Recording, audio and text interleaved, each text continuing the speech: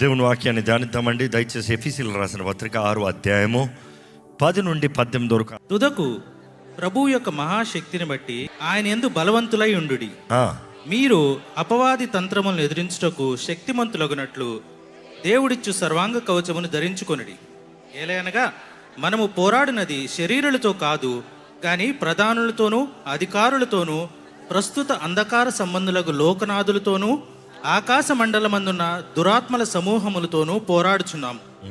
అందుచేతను మీరు ఆపద్దినమందు వారిని ఎదిరించుటకును సమస్తము నెరవేర్చిన వారై నిలువబట్టకు శక్తిమంతులగునట్లు దేవుడిచ్చు సర్వాంగ కవచమును ధరించుకొనుడి. ఎలాగనగా మీ నడుమునకు సత్యమని దట్టి కట్టుకొని నీతి అని మైమరుపు తొడుక్కొని పాదములకు సమాధాన సువార్త వలనైన సిద్ధ మనస్సును జోడు తొడుక్కొని నిలువబడిడి.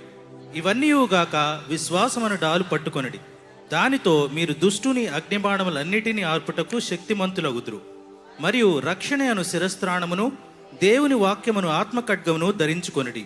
ఆత్మ వలన ప్రతి సమయమునందును ప్రతి విధమైన ప్రార్థనను విజ్ఞాపనను చేయుచు ఆ విషయమై సమస్త పరిశుద్ధుల నిమిత్తము పూర్ణమైన పట్టుదలతో విజ్ఞాపన చేయుచు మెలకువగా ఉండుడి.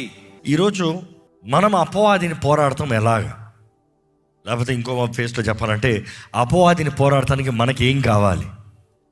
గత కొన్ని దినాలుగా మన శత్రువు ఎవరు, మన శత్రువు ఎలా ఉంటాడు, మన శత్రువు ఏ రీతిగా వాడి ఎంటిటీ ఎలాగ ఉంది, ఏ రకాలుగా వారు పోరాడుతున్నారు అనేది తెలియజేయబడుతుంది.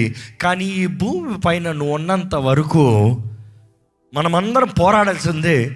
కానీ మనం పోరాడే విధానం ఎలా ఉండాలో దేవుని వాక్యం నుండి నేర్చుకోవాలి, తెలుసుకోవాలి. మనం అనుకున్నట్టుగా పోరాడలేము, కానీ దేవుడు మనల్ని పోరాడమన్న రీతిగా మనం పోరాడితే మాత్రమే మనకి జయము గ్యారంటీడ్ టు ఫైట్. దేవుని వాక్యం చూసినప్పుడు ఎఫెసీయులకు రాసిన పత్రిక 6:10 వచనం చూస్తే తుదకు ప్రభు యొక్క మహాశక్తిని బట్టి ఆయన యందు బలవంతులై ఉండుడి. ప్రభు యొక్క మహాశక్తిని బట్టి ఆయన యందు బలవంతులై ఉండండి. ప్రభు అనుగ్రహించే శక్తిని బట్టి మీరు బలము కలిగిన వారుగా ఉండండి. ప్రభు అనుగ్రహించే శక్తి అన్నదప్పుడు ఏంటి? మీకు పైనుండి శక్తి అనుగ్రహించబడుతుంది. మీరు వేచి ఉండండి, శక్తి అనుగ్రహించబడే వరకు.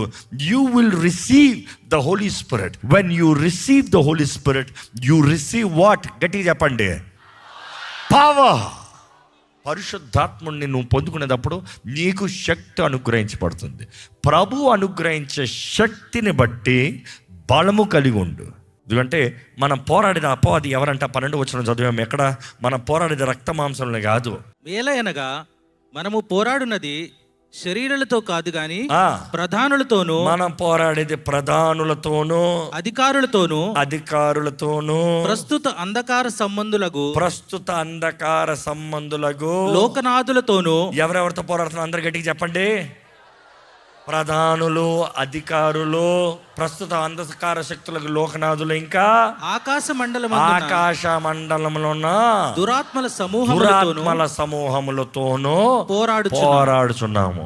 You see, it is a 4-fold entity. 4 దిక్కుల నుండి, 4 వైపుల నుండి 4 కేటగిరీస్, 4 డిపార్ట్మెంట్స్ అని చెప్పచ్చు. ఎందుకంటే ఒక డిపార్ట్మెంట్లో అనేక రకాలు కూడా ఉంటారు.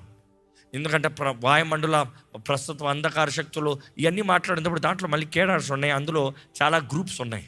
Spoke of the familiar spirits, monitoring spirits, ఇంకా లస్ట్ స్పిరిట్స్, ఇవన్నీ చూసినట్టు ఇవన్నీ కలిపి ఒక గ్రూప్కి వస్తుంది. సో ఈ రీతిగా చూసినప్పుడు ఈ గ్రూప్స్తో, కేటగిరీస్తో పోరాడుతున్నాము. కానీ నీవు పోరాడాలి అనేది వాక్యం తెలియజేస్తుంది. ఈరోజు ఎంతోమంది పోరాడమంటే భయపడుతున్నారండి. దేవుడు అనుగ్రహించే సర్వాంగ కవచాన్ని నువ్వు ధరించుకోవాలి. అది నువ్వు సంపాదించుకునేది కాదు, దేవుడు నీకు అనుగ్రహించేది. రక్షించబడిన ప్రతి ఒక్కరికి దేవుడు, ఇదిగో ఈ యూనిఫామ్ వేసుకో. ఆర్మీలో చేరుతున్న ప్రతి ఒక్కరికి వాళ్ళు యూనిఫామ్ తెచ్చుకోవాలా? గవర్నమెంట్ ఇస్తాడా? చూసి వారు గన్లు కొనుక్కోవాలా? లేకపోతే గవర్నమెంట్ గన్లు ఇస్తారా? చూసి they are licensed to fight, they are licensed to operate. ఆ రీతిగా దేవుడు కూడా ప్రతి విశ్వాసికి సర్వాంగ కవచాన్ని నీ చేతుల్లోకి ఇచ్చి నీకు అప్రూవల్ ఇస్తున్నాడు, లైసెన్స్ ఇస్తున్నాడు. నువ్వు పోరాడటానికి దేవుడు నిన్ను లీగలైజ్ చేస్తున్నాడు. నీవు పోరాడాలి. మరలా చెప్తున్నా, నువ్వు సర్వాంగ కవచము ధరించుకుంటే మాత్రమే ఈరోజు నీ జీవితంలో జయము గ్యారంటీడ్. ఈరోజు మీ వాక్యం అనేటప్పుడు పరీక్షించుకోండి, ఏంటది మీరు ధరించుకుంది, ఏంటది మీరు ధరించుకుంది. ఎందుకంటే 3 రకాల క్రైస్తవులు ఉంటారంట. ఒకరు అసలు సర్వాంగ కవచమే లేనివారు, ఇంకోటి ఏంటంటే సగం కవచం అంట. వారు అనుకుంటారు కత్తి డాలు ఉంటే చాలు, ఇంక వేరేం అక్కర్లేదని. కత్తి డాలు పెట్టుకుని వెళ్ళిపోతానన్నే సగం క్రైస్తవులు. 3వ రకం ఉంటారంటే సంపూర్ణంగా ఫుల్ ఆన్ సూట్లు ఉండి ఫుల్ ఆన్ విక్టరీతో వస్తారంట. మీరే రంగంలో ఉన్నారో మీరే పరీక్షించుకోవాలి. ఈరోజు ఈ వాక్యంలో దేవుని వాక్యం వింటూ ఇక్కడ తెలియజేయబడుతుంది. 11వ వచనము, 13వ వచనము, 14వ వచనము చూసినప్పుడు stand, the goal for the warfare is stand. పడుకో కాదు, కూర్చో కాదు, నిలబడు. సర్వాంగ కవచం ధరించుకుని నిలబడు. ఈ మాట మరలా పౌలు చెప్తూ ఉన్నాడు. ఏమని చెప్తున్నాడు? Stand against the devil verse 11, stand in the evil day verse 13, stand firm verse 14. మరలా చెప్తున్నాడు నిలబడు. Stand, that is the verse 11, verse 13, verse 14. He says stand, నిలబడు. ఈరోజు జ్ఞాపకం చేసుకోవాలి, అపవాది గోల్ అంతా ఏంటంటే నిన్ను అలవ చేస్తాం. నిలబడని చెప్పి ఈరోజు మనుషుడు అంటాడు నాకు ఓపిక లేదంటాడు. అంటే బలం లేనివాడు. పరిశుద్ధాత్మ శక్తి ద్వారా నీకు బలం అనుగ్రహించబడాలి, లేదంటే నువ్వు నిలబడలేవు. ఎందుకంటే సర్వాంగ కవచం అనేటప్పుడు అది it is a wait to carry. ఆ డాలు చూసినప్పుడు ఇంచుమించు 25 నుండి 50 కిలోల వరకు ఉండొచ్చంట. కనీసం 25 కిలోలు అంటారంట. 25 కిలోలు. నెక్స్ట్ కత్తి ఒక 3 నుండి 5 కిలోల వరకు కనీసం ఉంటుంది ఈ కత్తి. నెక్స్ట్ మామూలుగా ఈ కవచం చూసినప్పుడు వారి చేతులను పట్టుకుని తిరగరు, వెనకాల తగిలించుకుంటారు. కావాల్సినప్పుడు టక్కని చేతిలో తీసుకుంటారంట. అనుకుని చూడు, నీ మీద మళ్ళీ ఈ పైన కవచం, తల మీద హెల్మెట్, ఇవన్నీ వేసుకుని పక్కన షూజు ఈ పెద్దవి కట్టుకుని ఇవన్నీ పెట్టుకుని ఎంతసేపు నిలబడతావు. కొంతమంది అట్లా వేసారు అనుకో పట్టుని కూర్చోపోతారు. ఎందుకంటే అవి చూసినప్పుడు అవి ఒక్కొక్కటి వేసినప్పుడు దాని బరువు చూస్తే అబ్బా నేను మొయ్యలేనంటావు. కానీ దేవుడు అంటున్నాడు వాటిని కలిగి నువ్వు మోసి నిలబడే శక్తి కలిగిన వాడు ఉండాలి, బలము కలిగిన వాడు ఉండాలి. నీలో ఆ బలం ఉండాలంటే నీలో the supernatural power holy spirit ఉండాలి. పరిశుద్ధాత్మను కలిగిన వాడు అలవక ముందుకు పరిగెడతాడండి.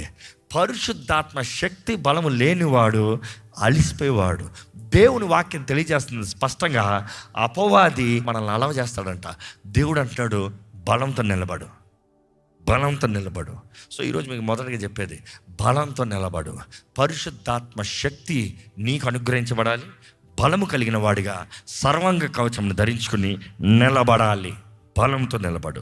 రెండోది మీకు చెప్పదలుచుకుంది, దేవుడు అనుగ్రహించే సర్వాంగ కవచంలో చూసినప్పుడు మొదటిగా సత్యం అనే దట్టి. సత్యము, truth, the belt of truth. సత్యం ఎందుకు? 14వ వచనం చూసినప్పుడు having grinded your ways with truth. ఏంటంట? సత్యముతో నీవు నీ బెల్ట్ ఉండాలంట. ఆ రోమన్ సోల్జర్ చూసినప్పుడు his belt is very important.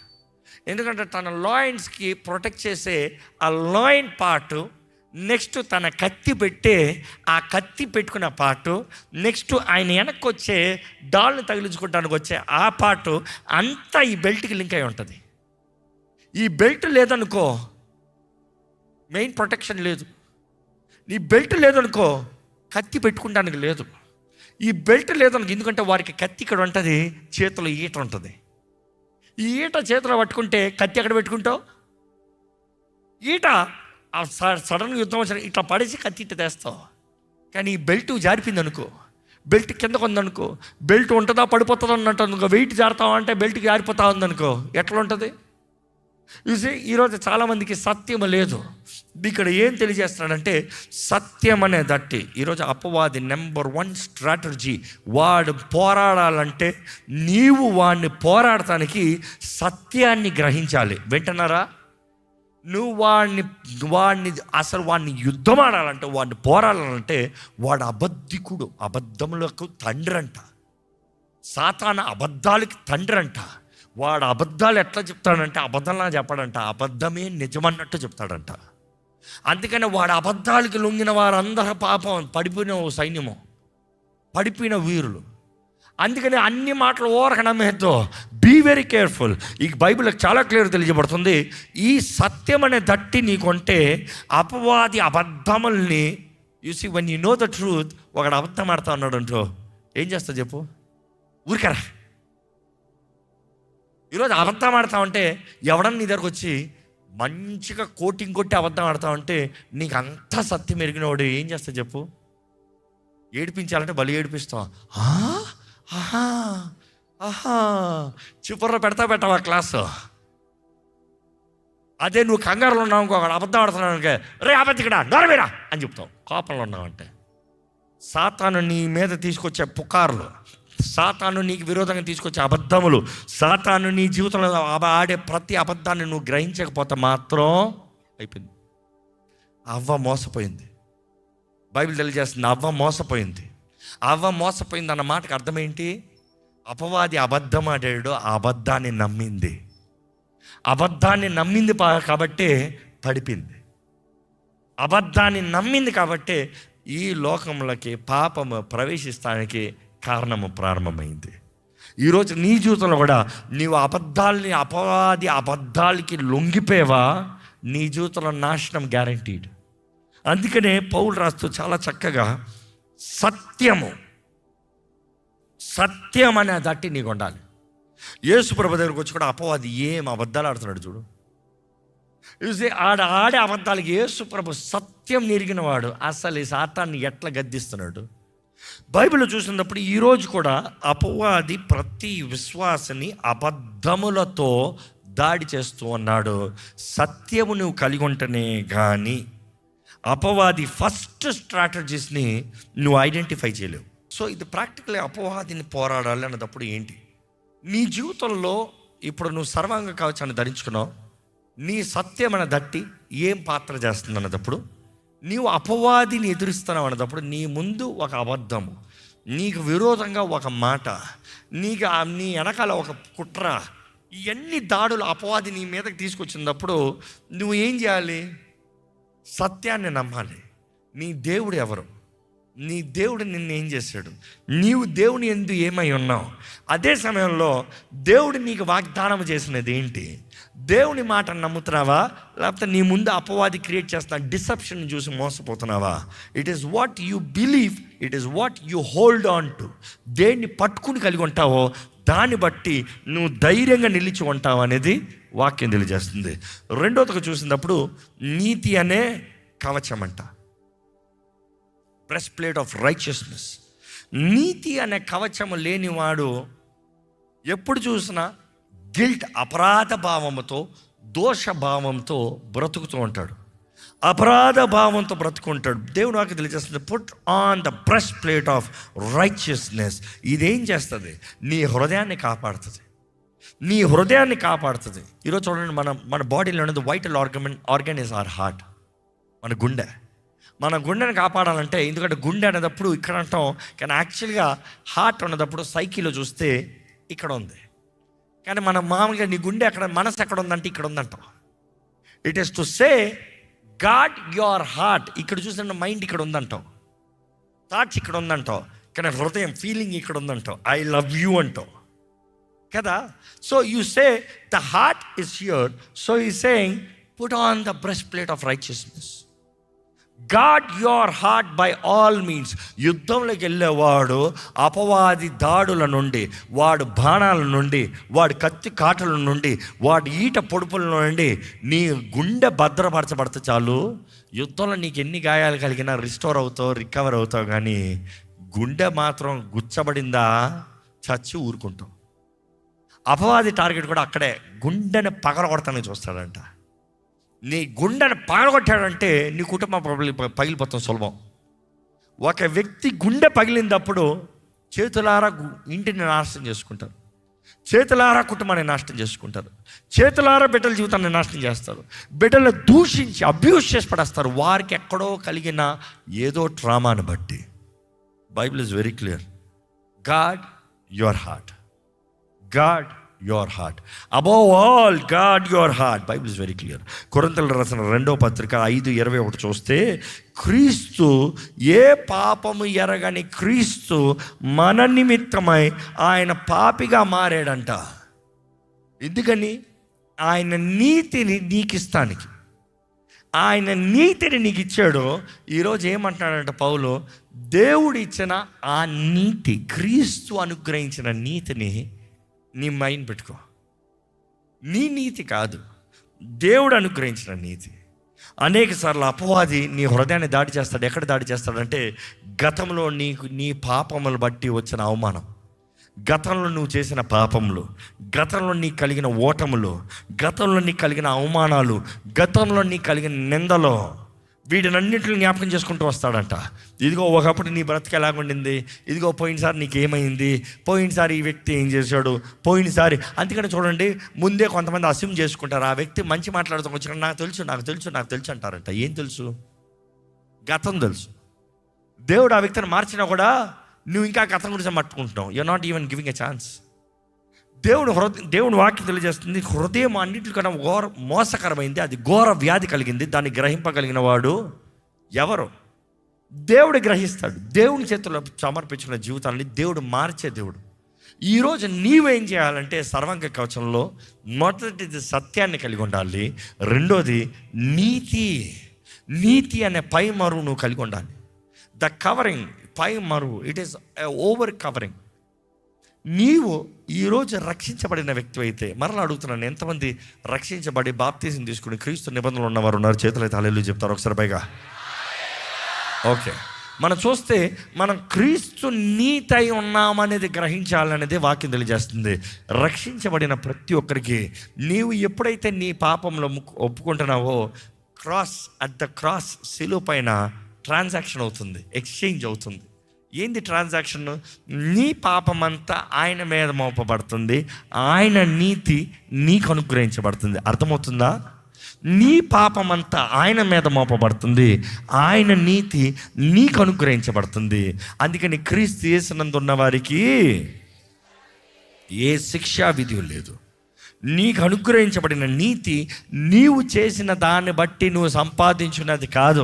అందుకని రక్షించబడిన వ్యక్తులు జ్ఞాపకం చేసుకోండి, నువ్వు ఒప్పుకున్న పాపములు ఇట్ ఈస్ సెటిల్డ్. ఇంకా అపవాది వచ్చి వాటి గురించి రిమైండ్ చేస్తే, దేవుని రక్తం వెల చెల్లించింది, నేను దేవుని నీతి అయి ఉన్నాను, నువ్వేం మాట్లాడుతున్నావు నాకు తెలియదు సాతాను అని చెప్పచ్చు. నువ్వు ఏ సంగతి మాట్లాడుతున్నావు నాకు తెలియదు అని చెప్పచ్చు. ఎందుకంటే నువ్వు ఒప్పుకున్న దాన్ని దేవుడు క్షమించాడు. దేవుడు క్షమించినది నేరారోపణ చేస్తానికి అపవాది నీ దగ్గర తీసుకొస్తున్నాడేమో, కానీ నీవు దేవుని యందు ఏమై ఉన్నావో గ్రహించి ఆయన నీకు అనుగ్రహించిన నీతిని నువ్వు కలిగి బ్రతకాలనేది బైబిల్ తెలియజేస్తుంది. నీతి ఆయన ఇచ్చాడు, నువ్వు పక్కన పెడతా అవ్వదు, ధరించుకోవాలి. It is your responsibility to wear the righteousness, the garment of righteousness. ఆయన నీతి అనే వస్త్రాన్ని మనకు అనుగ్రహిస్తున్నాడంట. రక్షణ ద్వారంగా మనకు అనుగ్రహించబడుతున్న రీతి, దట్ నీతి, ద ట్రాన్సాక్షన్. ఆయన అనుగ్రహిస్తున్న ఆ రక్షణ ద్వారంగా మనకు అనుగ్రహించబడిన క్రీస్తు నీతిని నీవు ధరించుకుని బ్రతకాలనేది బైబిల్ ఖచ్చితంగా తెలియజేస్తుంది. ఈరోజు మీకు ఛాలెంజ్, శత్రువు ఎటు నుండి వస్తాడో నీకు తెలియదు, కానీ వాడు వచ్చేటప్పుడు నువ్వు సర్వాంగ కవచాన్ని ధరించుకుని నిలబడితే చాలు, నీవు నిశ్చయంగా అపవాదిని ఓడగొడతావు. ఆమెన్. యుద్ధము నిజంగా యెహోవాదే, జయము మనదే. ఆమెన్. యుద్ధం యెహోవాదే, కానీ యెహోవా పక్షాన్ని ఉన్నావంటే you have to be ready enough. You have to be ready enough. You have to be prepared enough. ఈరోజు మీకు ఒకటే తెలియజేస్తానంటే, నేను రక్షించబడ్డానంటే మాత్రం చాలదు, రక్షించబడిన ప్రతి ఒక్కరు సర్వాంగ కవచాన్ని ధరించుకుని నిలబడాలి. యేసుని నమ్మానన్న ప్రతి ఒక్కరు కవచాన్ని ధరించుకోవాలి. ఈరోజు కవచం ఉందా? కవచం ధరించుకున్నావా? ఎక్కడో ఒకసారి తల నుంచి మిమ్మల్ని మీరు పరీక్షించుకోండి. రక్షణ పొందిన నీవు సర్వాంగ కవచాన్ని ధరించుకున్నావా? ఈరోజు గ్రహించి దేవుని మార్గంలో నడుస్తానికి ఆశపడుతున్నావా? దేవుడిచ్చిన ఆ గొప్ప రక్షణని నువ్వు ఇంకా తుణీకరిస్తూ ఉన్నావా? రక్షించబడ్డానంటూనే ఇంకా అజ్ఞానాలు బ్రతుకుతున్నావా? ఈరోజు నువ్వు నిర్ణయించుకోవాలి, నేను ఒక సైనికుడిగా యేసు కొరకు నిలబడతా, నేను క్రీస్తు నీతి నిలబడతా, ఆయన సత్యాన్ని ధరించుకుంటా, ఆయన నీతిని ధరించుకుంటా, ఆయన సమాధానంలో నడుస్తా, ఆయన అనుగ్రహించిన విశ్వాసాన్ని నేను నా విశ్వాసాన్ని కనబరుస్తూ నేను ఎత్తిపెడతా. నా మనసుని ఆయన అనుగ్రహించిన రక్షణ దూరంగా భద్రపరుచుకుంటా. ఆయన వాక్ దూరంగా అపవాదిని ఎదిరిస్తాను, పోరాడతాను, వాటిని పాడేస్తాను. ప్రార్థనలో కమిట్ అయ్యి స్థిరంగా ప్రార్థిస్తూ, అన్ని సమయాలు ప్రార్థిస్తూ, I will be recharged, I will fight, I will stand, I will overcome. యేసు నామములో నేను పోరాడతాను, నేను నిలబడతాను, నేను ముందుకు జయిస్తూ ముందుకు వెళ్తాను. ప్రార్థన చేయండి, ప్రతి ఒక్కరు ప్రార్థన చేయండి. అడగండి, పరిశుద్ధాత్ముడు నాకు ప్రార్థన చేస్తాను, నేర్పించేయ్యా. అయ్యా, నాలో ప్రార్థన అయినంత నేను ఇప్పుడే ఎదిరిస్తున్నానయ్యా. సోమర ఆత్మని ఎదిరిస్తున్నానయ్యా, డిస్ట్రాక్షన్ ఆత్మని ఎదిరిస్తున్నాను ప్రభా. ఇదిగో I receive the fresh fire. నా జీవితమైన నీ అగ్ని, ప్రార్థన అగ్ని, విజ్ఞాపన అగ్ని నాకు దయచేయ్యా. ప్రార్థన చేస్తున్నా నేను అలర్ట్గా ఉంటాను ప్రభా.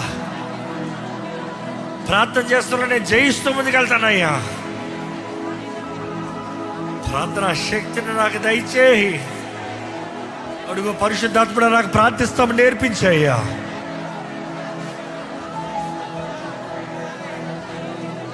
నోరు తెరువు, దేవుడు నింపుతాడు. నోరు తెరువు, దేవుడు నింపుతాడు, బలంగా నింపుతాడు. చెప్పి, ఈరోజు నేను సత్యమనే దట్టిని ధరించుకుంటాను. అపవాది అబద్ధాలను ఎదిరిస్తాను, అపవాది మోసాలను ఎదిరిస్తాను. ఇదిగో దేవా, నీ చేతుల్లో సమర్పించుకుంటున్నానయ్యా.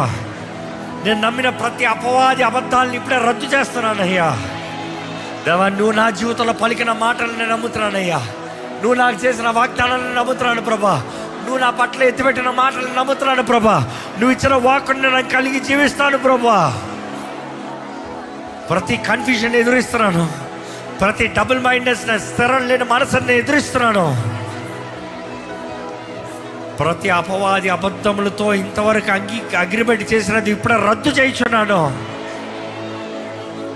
అడుగేసా, నీ రక్తంతో నన్ను కడిగయ్యా. నీ సత్యం అనే దట్టిని నేను పొందుకుంటున్నానయ్యా.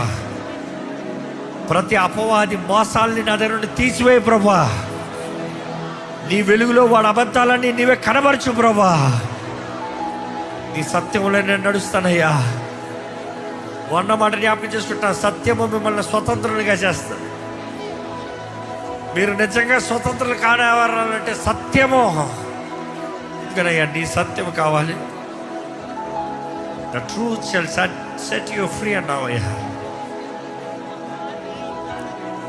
I receive the truth. చెప్పండి, దేవుని నీతి అనే కవచాన్ని ధరించుకుంటున్నానయ్యా. యేసయ్యా, నువ్వు నా కొరకు చేసిన కార్యం బట్టి వందనాలు. ఏ పాపం ఎరగని నీవు నా కొరకు పాప భారం అంతా నువ్వు మోసావయ్యా. ఆ శిలువ పైన నువ్వు నా పాపం అంతా భరించి పాపిగా మారేవయ్యా. నీ నీతి నాకు అనుగ్రహించావయ్యా. Today I renounce every guilt. ప్రతి అపరాధ భావాన్ని నేను ఇప్పుడు రద్దు చేస్తున్నాను. ప్రతి అవమానాన్ని రద్దు చేస్తున్నాను. సెల్ఫ్ హేట్రెడ్ రద్దు చేస్తున్నాను. నా పైన నేరారోపణ మోపిన ప్రతి మాటల్ని నా హృదయం నుండి ఇప్పుడే తీసివేస్తున్నాను. దుష్టుడు నోరు మూయించు ప్రభా. నేరారోపణ చేస్తున్నావా అని నోరు మూయించు ప్రభా. నేను క్రీస్తు నీతై బ్రతుకుతాను. నీ నీతే నా హృదయాన్ని భద్రపరచాలయ్యా. పరిశుద్ధ ప్రేమ తండ్రి, ఇదిగోనయ్యా, ఈరోజు నీ పాదాల దగ్గరకు వస్తామయ్యా. ఇక్కడ నీ ఆత్మను బలంగా కొమరించి, ఇదిగో ప్రభా, నువ్వు జరిగిస్తున్న కార్యాలు బట్టి వందనాలు. ఇక్కడ అనుగ్రహించబడిన ఈ ప్రార్థనాత్మ ఇక్కడ నుండి వెళ్ళేటప్పుడు వారిలో కాలుతూ ఉండాలయ్యా, రగులుకుంటూ ఉండాలయ్యా. అన్ని సమయంలో అన్ని రకములైన ప్రార్థనలతో దేవా వారి జీవితంలో జయము చూసేదరుగా అక్కడ ప్రకటిస్తున్నాను. ఎక్కడ అపవాది వెళ్తానికి వీల్లేదు, ఎక్కడ ఓటమి వెళ్తానికి వీల్లేదు, ఎక్కడ అపవాది కుట్రలో వెళ్తానికి వీల్లేదు. ప్రతిదీ నజరేయుడైన యేసు నామములో లయపరచబడునుగా అక్కడ ప్రకటిస్తున్నాను. దేవా, ఇదిగో ప్రభా, నీ సమాధానము, నీ సంతోషము, నీ ఆనందము వీరి జీవితంలో అనుగ్రహించమని పెడుకుంటున్నానయ్యా. వీరి రాకపోకల క్షేమాన్ని దయచేయి, వీరి జీవితంలో ప్రతి అడుగులని ధైర్యం దయచేయి. వారు చేస్తున్న ప్రతి నిర్ణయాల్లో నీ తోడు దయచేయి. నీ సమాధానం ఉండాలయ్యా, నీ విడుదల ఉండాలయ్యా. ఏ మనసును అపవాది ఏళ్తూ ఉండడానికి వీల్లేదో ఇప్పుడే ప్రతి మనసులో సమాధానము కలుగునిగా కానీ ప్రకటిస్తున్నాను. ప్రతి అపవాది దాడుల నుండి ఇప్పుడే విడుదల నజరేయుడైన యేసు నామములో కలుగునిగా కానీ ప్రకటిస్తున్నాను. దేవుని అగ్ని చేత ప్రతి దేహము కాల్చబడునుగా కానీ ప్రకటిస్తున్నాను. ప్రతి మనసు పరిశుద్ధపరచబడునుగా కానీ ప్రకటిస్తున్నాను. ప్రతి జీవితంలో జయమనుగ్రహించబడునుగా కానీ ప్రకటిస్తున్నాను. ఇదిగోనయ్యా, ఈరోజు ధ్యానిస్తున్నాము. అపవాది ఎప్పుడు నన్ను దిక్కులుండే మమ్మల్ని పోరాడుతూనే ఉన్నాడు. కానీ సర్వాంగ కవచం ధరించుకుంటే నువ్వు మాకు వాగ్దానం చేసినది, వాడు మమ్మల్ని జయిస్తానికి వీల్లేదు. మేము వాడిని జయిస్తాము, ప్రతిసారి జయిస్తాము. ఒకసారి కాదు, ప్రతిసారి జయిస్తాము. జయకరమైన జీవితాలు కలిగి ఉంటామని నమ్ముతున్నాము. ప్రభా, నీవు వాగ్దానం చేసిన జీవితాలు మా జీవితాలు, నీవు వాగ్దానం చేసిన అడుగులు మా జీవితాలు, నీవు వాగ్దానం చేసిన కార్యాలు మా జీవితంలో. ప్రభా, ఇదిగోనయ్యా, ఇక్కడ ఉన్న ప్రతి ఒక్కరి జీవితంలో విడుదల తెచ్చి, ఇక్కడ ఉన్న ప్రతి జీవితంలో నెమ్మది తెచ్చి, ఇక్కడ ఉన్న ప్రతి జీవితంలో సమాధానం ఇవ్వాలి. ప్రభా, కుటుంబాన్ని కట్టేయ్యా, కుటుంబాన్ని బాగు చేయ్యా, కుటుంబాల్లో ఐక్యత దయచేయ్యా, కుటుంబాన్ని పాడు చేసిన ప్రతి అపవాది కార్యాలను లయపరచు. ప్రభా, మోసపరిచే ఆత్మల నుండి విడిపించు, కృంగతీసే ఆత్మల నుండి విడిపించు. ప్రభా, ఏ రీతిగా అపవాది ఎక్కడ ఎవరిని వెంటాడుతున్నా కూడా నీవే కార్యం జరిగించు. ప్రభా, అనారోగ్యపరిచే ఆత్మల నుండి విడిపించు. ప్రభా, దేవా, ఇక్కడ ఎవరైనా అనారోగ్యంలో వస్తే ఇప్పుడే ప్రభా నీ ఆత్మ ఇక్కడ కార్యం జరిగిస్తాముతో యేసు పొందిన గాయముల ద్వారంగా స్వస్థత కలుగునుగా కానీ ప్రకటిస్తున్నాడు. ఈ లైవ్లో ఉన్న వారు కూడా విశ్వాసంతో ఎవరైతే అంగీకరిస్తున్నారో వారు కూడా అనారోగ్యంలో నజరేయుడైన యేసు నామములో యేసు పొందిన గాయముల ద్వారంగా స్వస్థత కలుగునుగా కానీ ప్రకటిస్తున్నాము. ఎటువంటి అనారోగ్యమైనా కూడా స్వస్థత కలుగునుగాక, ఎటువంటి క్యాన్సర్ అయినా కూడా స్వస్థత కలుగునుగాక, ఎటువంటి వ్యాధి అయినా కూడా నజరేయుడైన యేసు నామములో స్వస్థత కలుగునుగా కానీ ప్రకటిస్తున్నాము. ఇదిగో ప్రభా, ఉపవాస ప్రార్థనలో మా జీవితము నీకు దగ్గరగా చేరాలయ్యా, ఉజ్జీవించబడాలయ్యా. ఈ సంవత్సరము ధైర్యంతో మేము ముందుకు సాగాలి, స్వతంత్రతతో మేము ముందుకు సాగాలి, ఘనమైన జీవితంతో మేము ముందుకు సాగాలి, రోషము కలిగిన వారికి మేము ముందుకు సాగాలి. ప్రభా,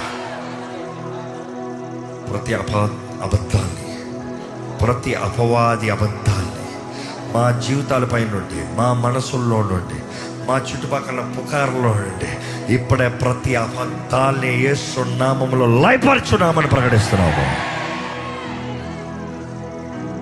ఇదిగో ప్రభా, సమయమైంది మనం ముగిస్తున్నా కానీ నీ ఆత్మ కార్యాన్ని ఇక్కడ నుండి కొనసాగింపజేయమని ప్రభు యేసు నామములో అడిగి విడుచున్నాం తండ్రి. ఆమేన్, ఆమేన్. దైవం నీవయ్యా.